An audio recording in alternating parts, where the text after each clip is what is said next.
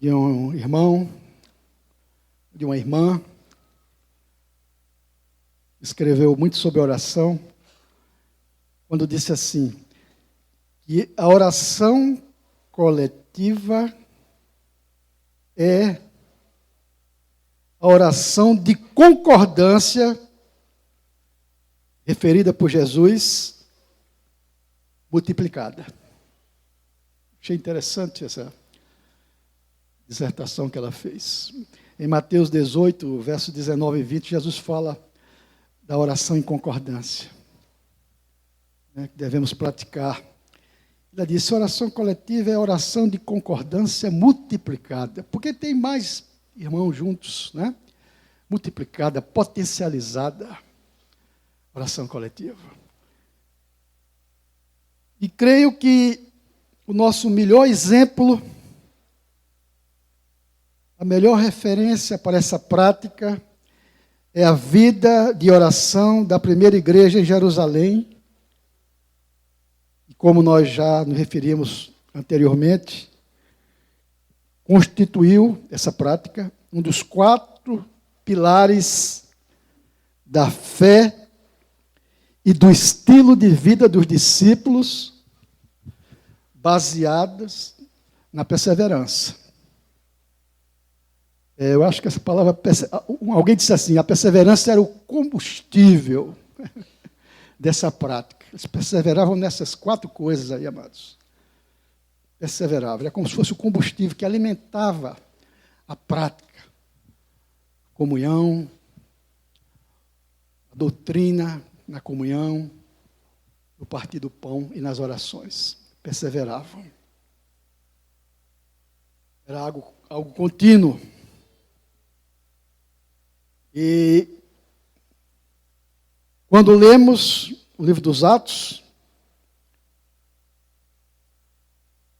principalmente, nós vemos que eles perseveravam nas orações, nas casas, no pátio do templo de Jerusalém, e chega a imaginar, e também em outros lugares, que não estão referidos na palavra, mas imagino que em outros lugares também. Possível, em outros lugares. E queria dar um breve testemunho aqui, abrir um parênteses, sobre essa perseverança. Em vários lugares, de uma experiência do final do ano passado que eu passei, eu junto com o Léo, meu filho, nós fomos ao Catar, a Doha, seguindo o Flamengo naquele jogo, contra o Liverpool na final, e foi uma experiência, eu nunca tinha estado num país muçulmano, país árabe, e foi uma experiência, para mim, muito diferente. Eu nunca tinha estado num país árabe, muçulmano. Já tinha tido algumas notícias de que eles nos tratam muito bem. Isso foi verdade.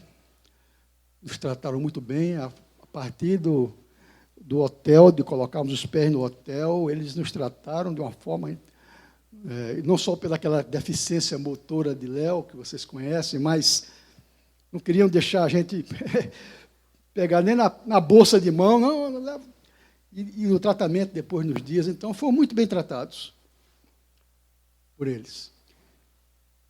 E lógico que a gente tem notícias, né, que vem falar dessa prática da oração coletiva que eles têm, dentro da fé deles, naquilo que eles creem.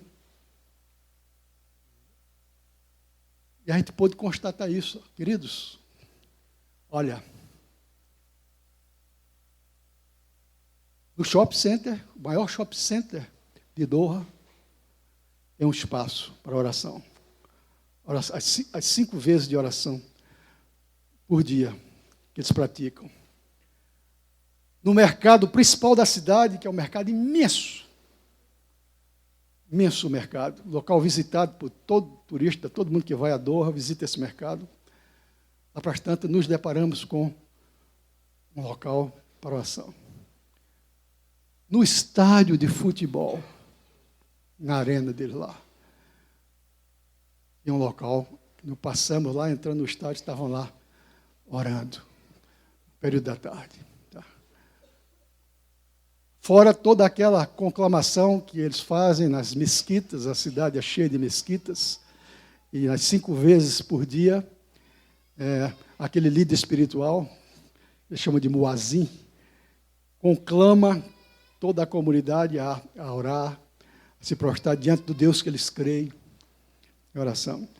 Lógico que isso tem muito de coisa mecânica, da doutrina deles, e quando a gente procura pesquisar um pouco sobre isso, eles creem que foi Deus que falou com Maomé, que deu essa direção, dessas 5 vezes por dia, a forma. Tal. Mas o que chama a atenção é a disciplina. A disciplina que eles têm, que eles praticam, sabe? De reservar 5 momentos a começar do amanhecer, do alvorecer à primeira hora, depois ao meio-dia, depois à tarde, depois no pôr do sol, no meio da tarde, ao pôr do sol e à noite, pode ser até meia-noite, 5 vezes fora. Isso não os impede das orações individuais, de outros momentos que eles têm, mas é impressionante, impressiona essa disciplina que eles têm. E são chamados dentro da fé deles para adorar o Deus que eles creem, para terem comunhão, para lerem os versículos, a palavra do livro que eles creem. Então, mas é uma coisa que chama a atenção, a disciplina deles na prática da oração ao Deus que eles creem. E tem alguns rituais, né? Teve um fato engraçado, a gente estava no mercado, e Léo ficou apertado para ir no banheiro, fazer o número 1. E aí perguntamos lá todo mundo fala inglês, e Léo perguntava, o cara apontava para um lugar. Ali, começamos a andar e procurar, e não achava esse lugar. Não achava esse banheiro, e olhar, voltar. Lá para as tantas tinha lá um espaço aberto. Nós entramos, aí um deles aí apontou aí. Aí eu vi que era uma pequena mesquita, dentro do mercado. Aí vamos procurar o banheiro. Eu disse, Léo, espera aí. Eu entrei e fui olhar o banheiro. Aí tinha uma multidão se lavando, Fernando, lavando os braços. Aí eu disse, não, vamos embora. Vamos lá no restaurante onde a gente almoçou, que lá tem banheiro, que era perto. Estavam eles se lavando lá, eles lavam os braços, o rosto, se purificando para entrarem no momento de oração lá de noite. Então, amados, me chamou a atenção, mesmo sabendo que eles praticam isso, a disciplina que eles têm nessa prática, na oração coletiva. E lendo outro dia sobre isso, vi que eles creem e no juízo final, eles creem no juízo final, a primeira coisa que eles vão ser cobrados é sobre a prática de oração. Eles creem nisso. Lá, no julgamento final, é a primeira coisa que eles vão ser cobrados, é sobre a prática da oração, da vida deles de oração. Então, já tinha tido notícias de executivos em reuniões de trabalho, tal, no momento dessas 5 vezes eles pararem a reunião. Então, isso aí, tá, só a título de mostrar que há um compromisso, né, dentro da fé deles, daqueles que eles creem mais com essa prática. Eles creem que a oração fortalece a fé deles, adoram o Deus que ele crê, aperfeiçoa a comunhão entre eles, é o momento de estar juntos. Então, eles praticam isso com uma disciplina muito forte, muito forte, muito forte. E ainda olhando para a igreja, lá no começo, a primeira igreja, alguém também já disse, já observou que há muito mais referências no livro dos Atos dos Apóstolos e nas cartas apostólicas também, há muito mais referências à oração coletiva do que à oração individual. E ainda, e as exortações sobre a oração, aquela primeira igreja, eram entendidas principalmente, em primeiro lugar, pelos discípulos, como ordens, como ordenanças, para orarem em conjunto mais do que individualmente. Isso sem diminuir o valor da oração pessoal, como já vimos na primeira parte dessa nossa reflexão.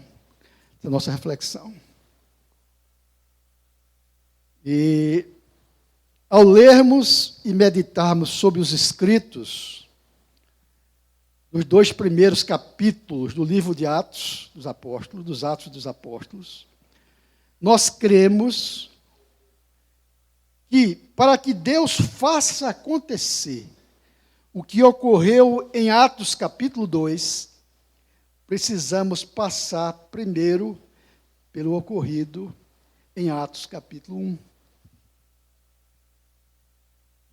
Está dando para entender? O que é que Atos 1 nos revela? Os irmãos estavam atendendo uma ordem do Senhor, ficaram 10 dias em oração. Jesus disse, não façam nada, não vão para lugar nenhum. E eles foram obedientes. E eram 120 ali, reunidos naquele cenáculo.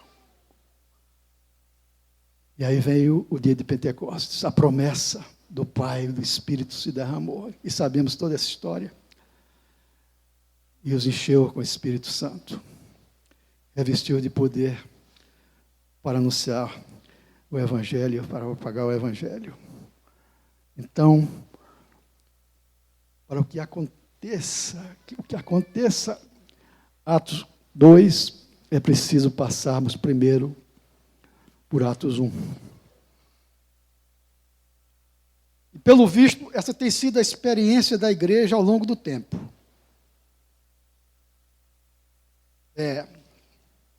Primeiro oração,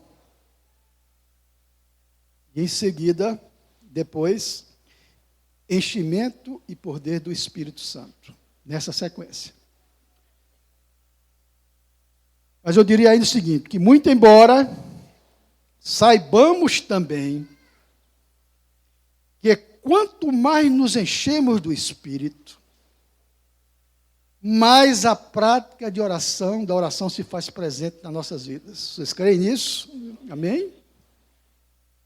Essa é uma verdade também.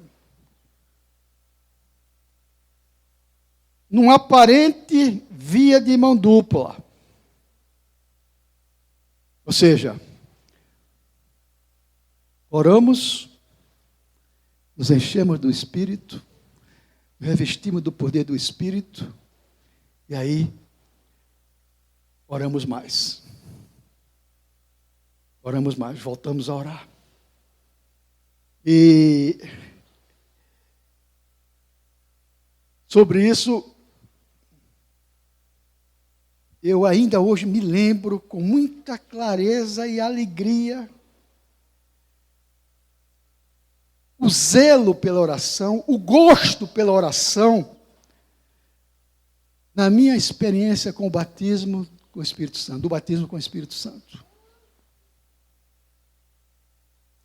Que aconteceu numa reunião coletiva de oração.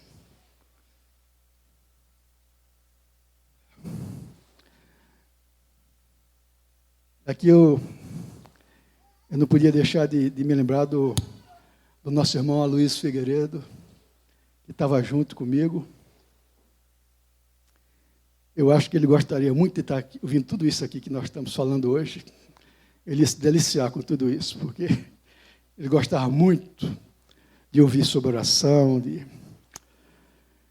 E eu me lembro, amados, depois que fui batizado com o Espírito Santo, eu gosto de dizer, alguns sintomas começaram a aparecer na minha vida, que mudou a minha vida. Um foi a vontade de orar, o gosto pela oração, o desejo de estar orando.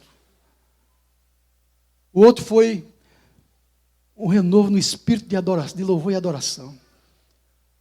E aí conhecemos esses irmãos que até hoje têm nos abençoado, né? Azaf, o Dani, o Jojó e outros. E aí foi um gozo tremendo e queríamos estar ouvindo, comprando os CDs, os de Marcos Witt, meu Deus do céu, Ronquenole, os vídeos naquela época. Então, veio um prazer, veio um gozo, um zelo por louvor, por adoração, por oração, né? E o outro sintoma foi estar junto, a comunhão com os irmãos que também tinham sido cheios com o Espírito Santo. Nós queríamos estar juntos. Aí vieram as vigílias de oração. Queríamos estar juntos uns dos outros. Tá certo? Então, eu creio que o caminho é esse. Oramos, nos enchemos do Espírito, e quanto mais nos enchemos do Espírito, mais temos vontade de orar. Mais oração passa a ser algo mais natural na nossa vida, no nosso estilo de vida. A busca pelo Senhor. Pelo menos essa tem sido a minha experiência.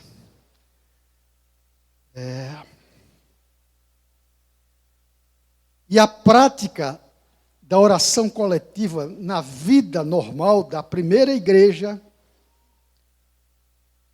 não era uma atividade periférica ou secundária. Nós, por exemplo, podemos ver em Atos 4 e em Atos 12, duas passagens, onde vemos a igreja em oração coletiva, enquanto Pedro e João, e depois Pedro sozinho, estavam presos. A igreja orando, intercedendo pelos irmãos, e a gente sabe o que aconteceu.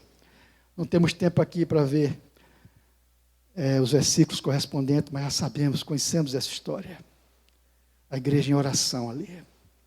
Em Atos 13, capítulo 13, nós vemos a liderança da igreja em Antioquia, já em Antioquia, orando, a liderança orando, ouviu o Espírito Santo mandar separar Barnabé e Saulo para a extraordinária obra missionária, e alcançou os mais longínquos rincões do Império Romano que dominava o mundo daquela época. Separai-me. Saulo e Bernabé, os irmãos estavam lá em comunhão, em oração, aquele grupo, e não tiveram nenhuma dificuldade, nenhuma dúvida, e nenhuma dificuldade, resistência em obedecer à voz do Espírito. Os dois, imaginam, a igreja que tem Paulo e Barnabé, lá na liderança, abrir mão. Tem que ouvir de Deus, né? Liberar os irmãos. A gente sabe o que aconteceu com a obra missionária desse irmão chamado Paulo. Mas a igreja, a liderança da igreja, estava em oração, sensível à voz do Espírito Santo.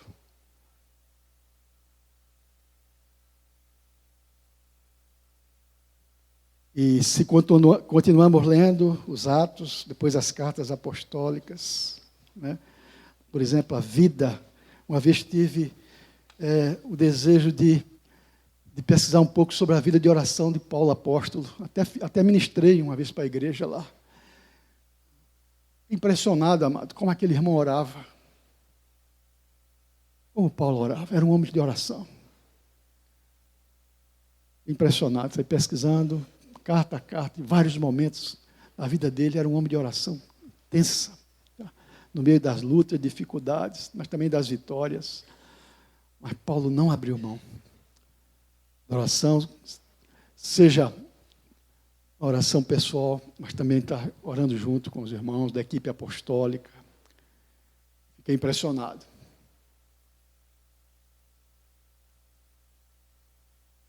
E parece que há, aí a palavra é minha, alguns irmãos também já falaram isso, parece que há algo de precioso e um poder diferente na oração coletiva. Jesus disse que, quando concordássemos, a gente sabia o que iria acontecer. Mas parece que quando a igreja, grande parte da igreja, a igreja se une para orar, há algo precioso nesse momento da oração. Acontecem algumas coisas, tá? E parece que nós não conseguimos enxergar muitas vezes nas orações pessoais individuais. E mais uma vez, para falar sobre isso, eu vou me recorrer de um irmão que escreveu alguns livros sobre oração, e num deles, esse irmão chama-se Wesley Duell. E um dos escritos dele sobre oração coletiva, ele listou 4 coisas que ele chamou de os benefícios espirituais da oração coletiva.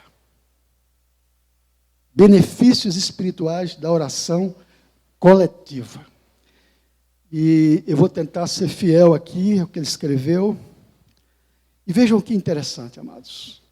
Veja se realmente isso ocorre na nossa experiência como igreja, de orarmos juntos, das nossas vigílias, nosso tempo de oração conjunta.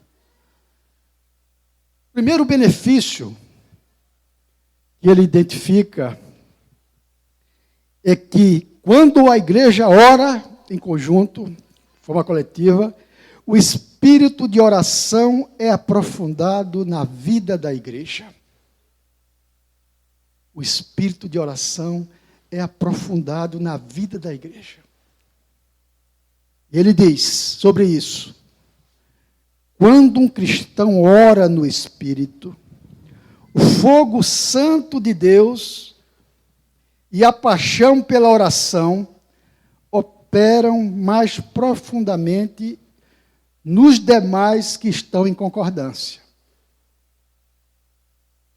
Ao ouvir as orações dos outros, podemos nos tornar mais convictos de que estamos dentro da vontade de Deus. E aí ele cita outro irmão muito conhecido, avivalista, chamado Finney, Charles Finney, que certa vez disse assim: não há nada mais apropriado para gerar um espírito de oração do que se unir em oração coletiva com alguém que esteja sendo movido de verdade pelo Espírito Santo. Espírito de oração na igreja. Fica visível. O espírito de oração é aprofundado na igreja. Segundo benefício, o amor e a unidade entre os irmãos são intensificados. Quanto mais você ora em conjunto com outros irmãos, mais você percebe o palpitar do coração do outro, os seus fardos, a sua alegria no Senhor e a sua experiência cristã. E ele, Wesley, mais uma vez citando Charles Finney, disse o seguinte: não há nada que estimule mais a união de corações de irmãos em Cristo, do que orar juntos. Vou repetir isso aqui. Não há nada que estimule mais a união dos corações de irmãos, dos irmãos em Cristo, do que orar juntos. O amor que sentimos pelos irmãos é bem mais forte quando presenciamos o coração deles em oração. O amor e a unidade entre os irmãos são intensificados. Terceiro benefício: a fé é fortalecida, a fé da igreja é fortalecida. Quanto mais você vê outros se unindo em oração em favor das mesmas necessidades, mais forte se torna a sua fé. Você se sente encorajado pela maneira como Deus está aumentando a fé de seus irmãos. Você se torna mais perseverante e mais constante em oração à medida que encontra outros perseverando pelas mesmas causas. Aí ele diz assim: um coração aquece o outro coração. A oração de um incendeia a oração do outro. A fé de um fortalece a fé do outro. Amém? E o quarto benefício é que o poder espiritual é multiplicado na vida da igreja. À medida que oramos juntos, a oração de cada um ajuda a aprofundar o anseio pela resposta de Deus e aviva a chama do espírito de oração. A fé em que Deus vai responder às orações é fortalecida. Todos os que se unem em oração começam a sentir o poder de Deus descendo sobre eles e ungindo suas orações de modo renovado. À medida que se percebe como os outros estão prevalecendo na oração, você se sente tão abençoado que também começa a orar com mais eficácia. Muitas vezes, o refrigério, as bênçãos e o poder de Deus vêm de maneira nova, coletivamente, para um grupo, de forma semelhante a que os discípulos experimentaram no Pentecostes e em Atos capítulo 4. Então, 4 benefícios da oração coletiva: o espírito de oração é aprofundado, o amor e a unidade entre os irmãos são intensificados, a fé é fortalecida e o poder espiritual é multiplicado na nossa vida e na nossa vida como igreja juntos. E quando nós olhamos para a história da igreja, nós vemos que os avivamentos ocorridos, renovação espiritual, em vários lugares do mundo cristão, sempre foram precedidos por reuniões coletivas de oração. E na maioria das vezes, de pequenos grupos de irmãos que, sedentos de Deus e guiados pelo Espírito Santo, decidiram pagar o preço de orar juntos. Foi assim no Reino Unido, por exemplo. Foi assim na Rua Azusa, do movimento pentecostal, lá nos Estados Unidos. Foi assim com aqueles nativos da África do Sul. Foi assim na Coreia do Sul, a igreja, e outros lugares. Pequeno grupo, às vezes 2, 3, começam. E o fogo vai aumentando, vai se ampliando, e chegam outros, né? Eu diria, amados, pensando nisso, nessa verdade, que a nossa própria história como igreja, hoje, passa por isso. É fruto disso.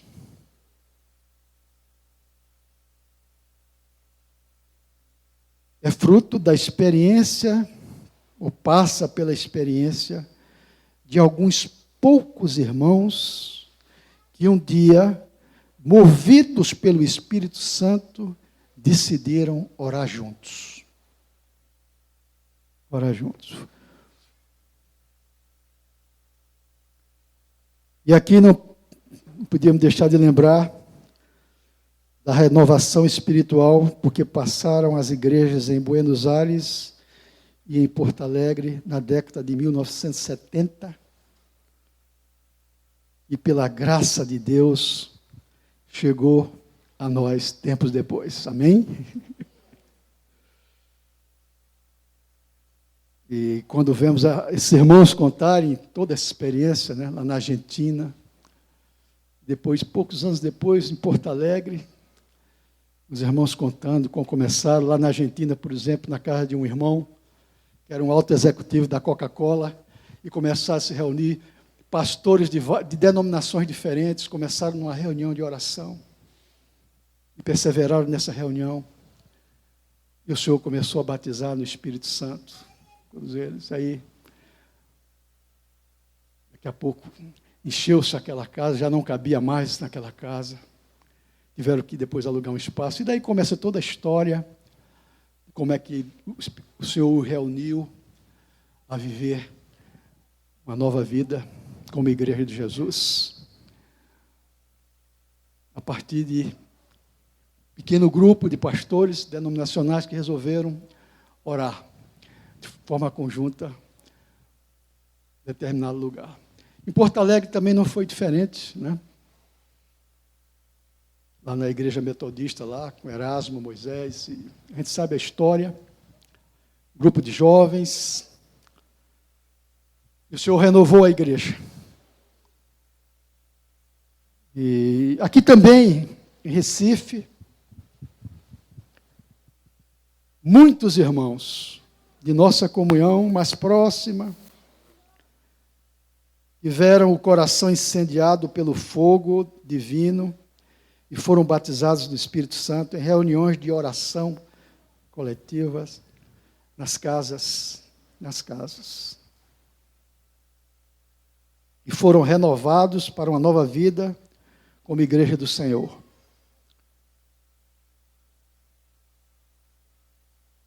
Eu falei que eu mesmo sou fruto de uma experiência dessa natureza, desse tipo, na nossa realidade local. Insatisfeitos, uma satisfação espiritual que nos levou a buscar mais do Senhor, mais sede, e nos reunir para orar, e começarmos a ser batizados com o Espírito Santo. Isso foi se expandindo, e foram jovens, as crianças também, e uma luta dentro da realidade que a gente vivia, e o Senhor foi nos agraciando com mais da revelação do Espírito Santo, e pudemos crescer e chegar até hoje. Onde estamos?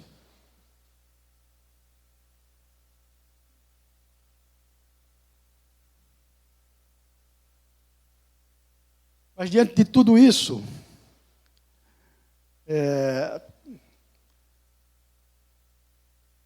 talvez uma pergunta possa ficar aqui para a nossa reflexão.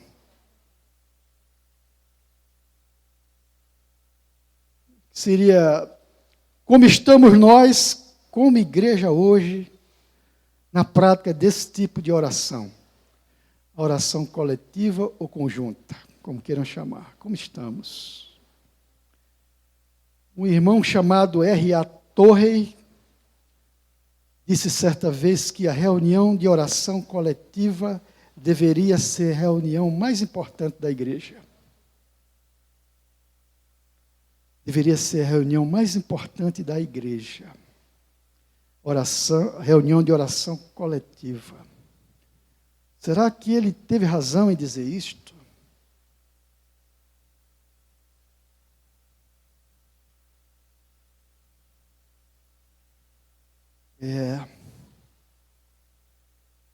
A experiência da igreja no mundo inteiro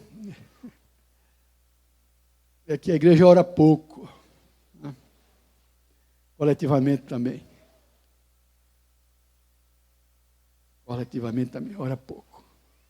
Uma vez eu vi Jorge Mitian dizendo, lá na Argentina, ele se reuniu, os pastores lá da cidade, lá tem um grupo de pastores, tem lá um presbitério lá, que funciona. Conselho de pastores, a melhor palavra é essa. Tem um conselho de pastores na cidade. E eu dizia assim, olha, quando a gente convida para uma reunião de oração, aparecem poucos. Se você convidar para um assado, para um churrasco, é uma multidão. É uma multidão. Convidou para um assado, é casa cheia. Então nós temos que ter essa consciência, amados, que não é fácil. Né? Vou falar um pouco agora da nossa experiência, que eu quero concluir, contando um pouco da nossa experiência lá em Candeias, Piedade, né? Como é que tem sido, e quero trazer um pouco disso agora, nessa parte mais final aqui. Em nossa experiência, lá em Piedade, Candeias, além dos momentos de oração conjunta, nas reuniões dos grupos caseiros, dos encontros gerais da igreja, aos domingos, nós temos em nosso calendário de atividades uma vigília mensal de oração na última sexta-feira de cada mês. De cada mês. Pela qual nós temos perseverado e ficado conscientes de sua importância para a vida normal da igreja. E por isso eu dou graças a Deus. Temos perseverado. No entanto, se vocês me perguntarem se estamos satisfeitos como liderança com o nível de participação dos discípulos, eu diria que não. Eu diria que não. Mas, por outro lado, pelo que nos mostra a experiência universal, né, temos consciência que nunca devemos esperar reuniões de oração coletiva muito frequentadas, muito participativas. Infelizmente. No nosso caso lá, não sei se a sexta-feira é um dia mais impróprio, os irmãos estão cansados, que trabalham, a maioria, a vida. É um dia que chega-se ao fim de semana, muitos não têm podido participar. Mas tem um grupo, junto com a liderança, que tem perseverado, né? E eu dou graças a Deus por isso. E nós temos tido essa consciência, amados, não nos preocupemos com essa questão da quantidade. O mundo inteiro é assim na vida da igreja. Vamos perseverar, e era bom que tivessem mais aqui, outros aqui.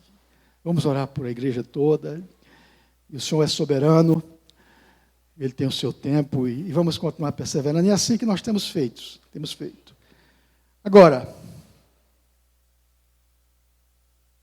esperar um mês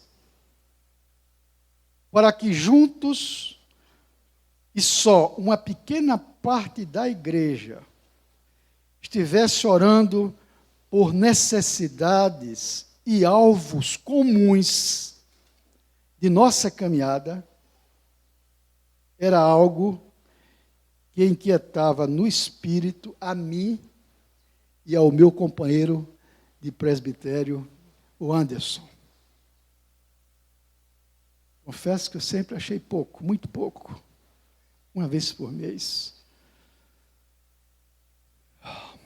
Mesmo, como eu disse, sabendo que em outros momentos da vida da igreja se pratica a oração conjunta, a coletiva, nos grupos, nos encontros gerais, em outros momentos. Mas havia uma inquietação no nosso espírito de que isso era muito pouco. E, pela misericórdia e graça do Senhor, em fins do ano passado, o Espírito Santo começou a nos falar e tocou primeiro no Anderson, sobre a necessidade de encorajarmos a igreja a ter uma prática mais constante de oração no seu dia a dia. E a palavra diz que tem ouvido, ouça o que o Espírito diz às igrejas, não é isso? Quem tem ouvido, ouça. O Espírito diz à igreja. Às igrejas. Assim, ouvido isso e testificado comigo, com meu espírito, esse anseio do coração do Anderson, em oração, nós dois juntos, decidimos apresentar à igreja uma proposta sobre a prática diária da oração baseada em duas passagens bíblicas do Antigo Testamento como referência, mas sem trazer qualquer rigidez e exigência maior quanto à participação dos discípulos. Nada forçado, nada obrigado, nada engessado. Nem trazer qualquer risco com essa proposta, por menor que seja, de engessar a ação do Espírito Santo na vida da igreja. Nem tampouco interferir no tempo já dedicado à oração pessoal dos discípulos. Não vamos substituir. Vocês vão entender mais à frente a nossa proposta. Não estamos propondo substituir o seu tempo devocional, como vimos aqui na primeira parte, da sua oração pessoal, individual, de intimidade com o Senhor. Na realidade, essa proposta é uma proposta de uma prática em intensidade menor do que algumas comunidades, algumas igrejas costumam chamar de relógio de oração, que abrange toda a igreja orando, boa parte, toda a igreja não, mas uma boa parte da igreja orando às 24 horas por dia, segundo um calendário pré-estabelecidos. Nós não chegamos a tanto, mas é algo que tem alguma semelhança. E a base bíblica dessa proposta nossa é dada por 2 versículos do Antigo Testamento que nos levaram à prática diária da oração em 3 períodos: manhã, meio-dia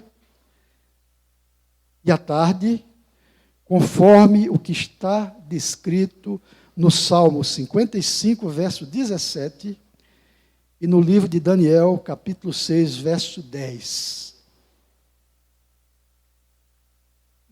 Daniel 6, 10. Sem que com isso fosse deixada a opção de outros momentos, como, por exemplo, a madrugada ou a noite, conforme a conveniência de tempo do discípulo.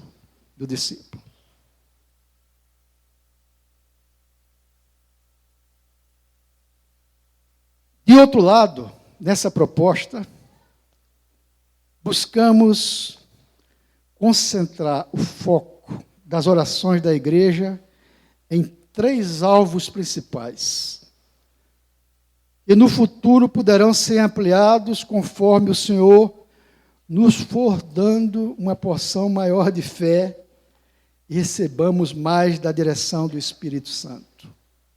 Assim, ficaram como alvos iniciais o encher-se do Espírito, toda a igreja, encher-se do Espírito, o encher do Espírito, as famílias da igreja e o nosso país abençoado, o nosso Brasil. 3 primeiros alvos. Vamos começar mais focados, não vamos abrir muito leque. O encher-se do Espírito Nós sabemos que é uma ordenança apostólica que a igreja precisa obedecer para andar no Espírito e evidenciar o seu fruto e manifestar os seus dons na sua vida normal. Nós cremos, querido, que a igreja cheia do Espírito Santo, quase, para não dizer tudo mais, vai estar resolvido. A igreja cheia do Espírito Santo. A busca pela semelhança de Jesus vai ser uma tônica em nossas vidas. A santidade na vida dos discípulos. O poder, o revestimento do poder do Espírito para sermos testemunhas do Senhor. Proclamarmos o Evangelho com mais ousadia, com mais intrepidez. O fruto se evidenciar em nossa vida. Todas aquelas virtudes do fruto do Espírito, estão listadas ali no livro de Gálatas, por Paulo. Os dons, ferramentas preciosas do Espírito Santo se manifestando na vida dos discípulos, na vida da igreja, para a edificação de uns aos outros, para a edificação do corpo. Então, se nos enchermos do Espírito, tudo mais será consequência. E seremos, com certeza, a igreja que Jesus vai vir buscar.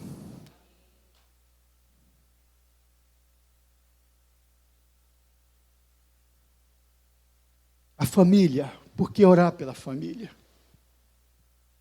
A família é um dos alvos prioritários do ataque do inimigo, que tenta destruir cada vez mais os elevados valores de sua instituição divina. Foi Deus que instituiu a família. É um projeto lindo, maravilhoso demais para ser estragado, para ser destruído. É alvo predileto de Satanás. Olhemos para o nosso país na atualidade.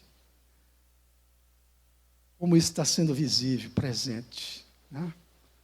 Ideologias estranhas chegando nesse país. Valores invertidos. Né? Leis iníquas. Tá? Sabemos que, quando olhamos para o corpo de Cristo da igreja, quando as famílias vão bem, a igreja vai bem. Alguém já disse isso. Se as famílias vão bem, a igreja vai bem. Sabe por quê?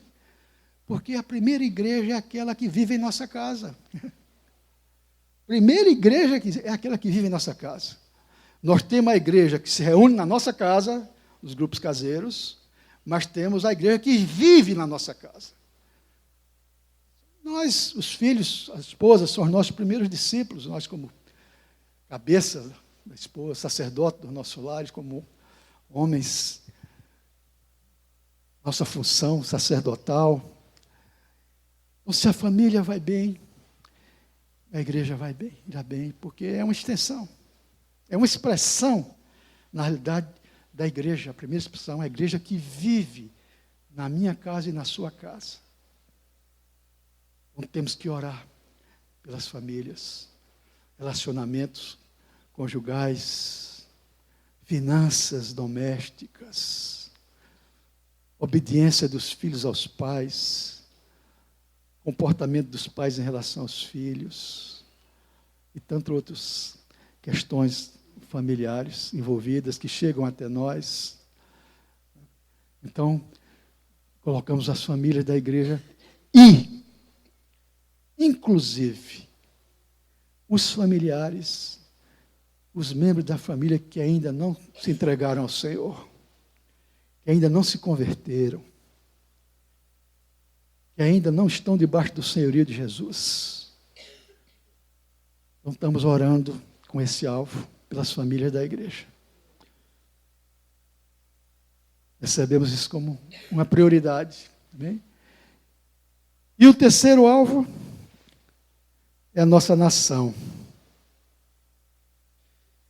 Pelo momento de polarização que está vivendo desde a última eleição presidencial,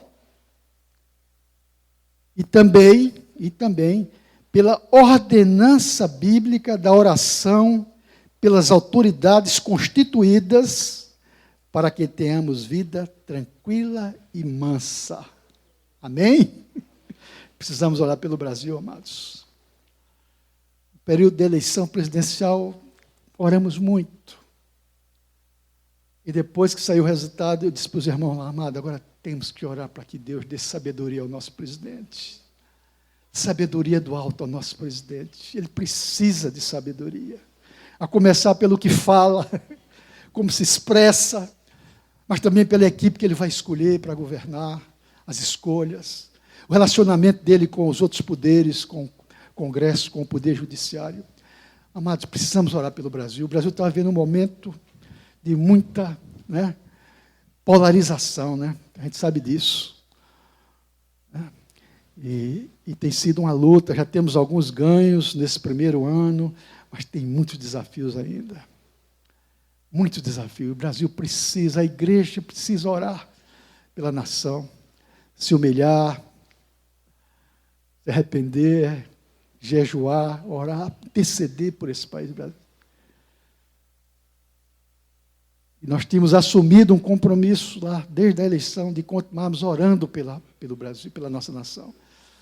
Nas nossas vigílias, então, resolvemos incluir esse alvo também nessa proposta de oração diária.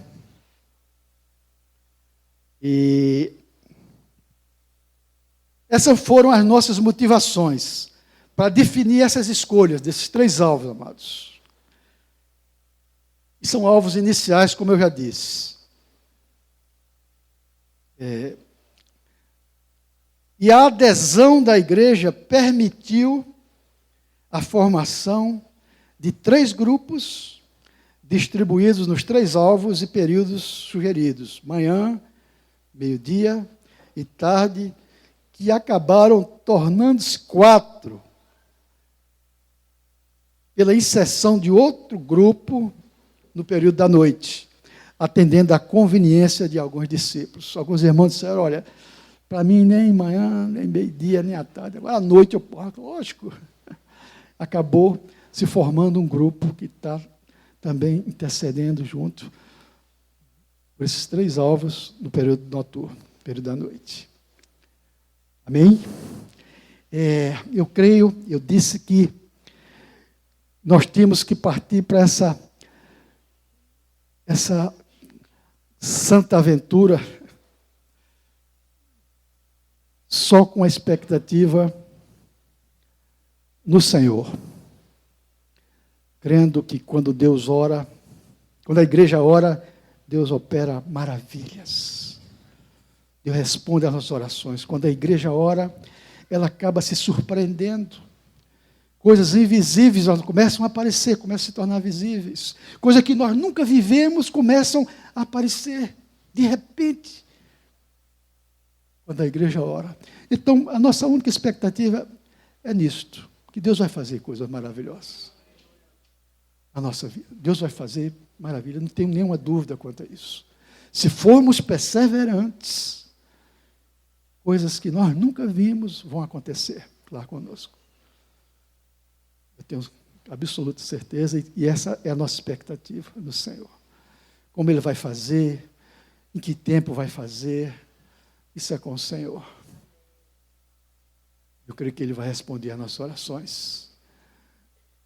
Porque foi assim, tem sido assim com nossos irmãos ao redor do mundo. É assim toda a história da igreja, inclusive a história mais recente, em vários lugares, em várias expressões da igreja do Senhor. E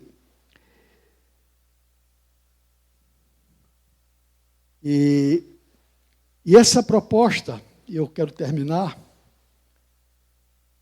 ela, se não resolveu aquilo que falei como uma insatisfação nossa em relação à vigília mensal de oração, gostaria de ter mais irmãos da igreja juntos ali conosco. Ela, em parte, ela vai atenuar isso aí, sabe por quê? Porque com Com essa disciplina diária, a igreja será levada a uma forma de oração coletiva ou conjunta, sem que necessariamente os discípulos precisem estar juntos, pois cada um terá o seu tempo de oração pelos mesmos alvos definidos e segundo o período de tempo de sua opção. Ou seja, embora nós estejamos juntos, se algum grupo prefira estar livre para essa opção. As mulheres às vezes se reúnem durante a semana para orar. Então, nós não fechamos essa possibilidade, mas o que vai acontecer de novo, de novidade, é que boa parte da igreja, eu diria que uma grande parte da igreja, dessa vez uma grande parte da igreja, vai estar comprometida, compromissada em estar orando diariamente, num período, por alvos previamente definidos, por necessidades previamente definidos. Creio que isso, de certa forma, vai constituir, tá certo, uma forma de trazermos a igreja para a prática da oração. Em nome de Jesus. Em nome de Jesus. Estamos apenas no começo. Começamos agora no primeiro dia desse mês de fevereiro. Estamos apenas no começo. Já vemos algumas coisas acontecendo que já apontamos aí como resposta, mas estamos muito no início ainda. Então, era isso que eu queria trazer assim para vocês, dessa experiência nossa, e mais recente até, sobre oração coletiva, mas crendo que isso é um tremendo desafio para a nossa vida. Nós tivemos muitas lutas do passado, ainda na denominação, quando resolvemos perseverar numa vigília semanal.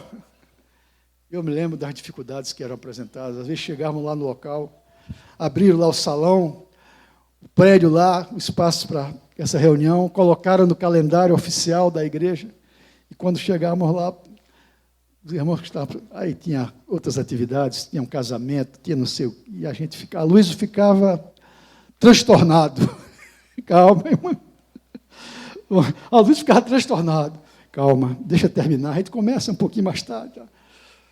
E o pior, em uma determinada localidade, a gente ficava orando na sexta-feira, numa vigília, aí entrava o pastor e o conselho da igreja para uma reunião administrativa, e passavam várias horas nessa reunião, e saíam da reunião, e nós estávamos ali, no salão, orando com alguns irmãos, não eram muitos, mas eram, e eles passavam e iam embora, e não ficavam um dia para participar. Então, é uma coisa complicada, a prioridade da adoração. A gente sabe que, mas o Senhor tem nos falado muito e tem mudado em nós, nosso coração. Nós perseveramos até quando foi possível, tá certo? E vimos muitas vidas abençoadas. Hoje eu olho para alguns irmãozinhos que perseveraram ali conosco e vejo quantas coisas maravilhosas o Senhor fez na vida desses irmãos. Estiveram ali firmes até o fim, foram fiéis. Então, quero deixar aqui para vocês. E o Senhor nos ajude, o Espírito Santo nos ajude a sermos uma igreja que ora, uma igreja que persevera na oração, amados. Persevera nas orações. Cada um dentro da sua possibilidade, da sua conveniência, certo? Mas, irmãos, sempre dá para fazer um esforço adicional. É muito bom estar junto, orando junto com os irmãos. É bênção. poder desfrutar dessa comunhão, oração coletiva. Coisas maravilhosas acontecem nas nossas vidas. Eu creio que aqueles benefícios que o irmão citou aí, que eu creio naquilo como verdade. Espírito de oração da igreja, tá certo? A nossa fé fortalecida, com base nas experiências dos irmãos, dos testemunhos que são dados, a resposta que são dadas, o irmão traz, o Senhor me respondeu. Isso aí vai edificando a nossa fé e nos motivando mais e mais a praticarmos a oração coletiva na vida da igreja. Amém? Queria terminar com a oração.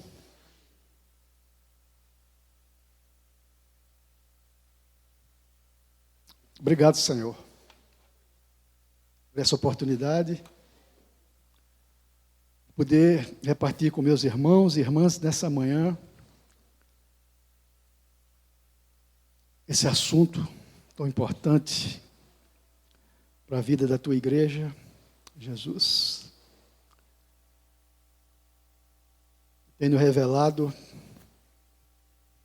que tudo começa na nossa intimidade contigo. Toda a nossa caminhada, toda a nossa maturidade, nosso crescimento depende da prioridade que damos a esse tempo contigo. Investimos na tua presença diariamente, Senhor.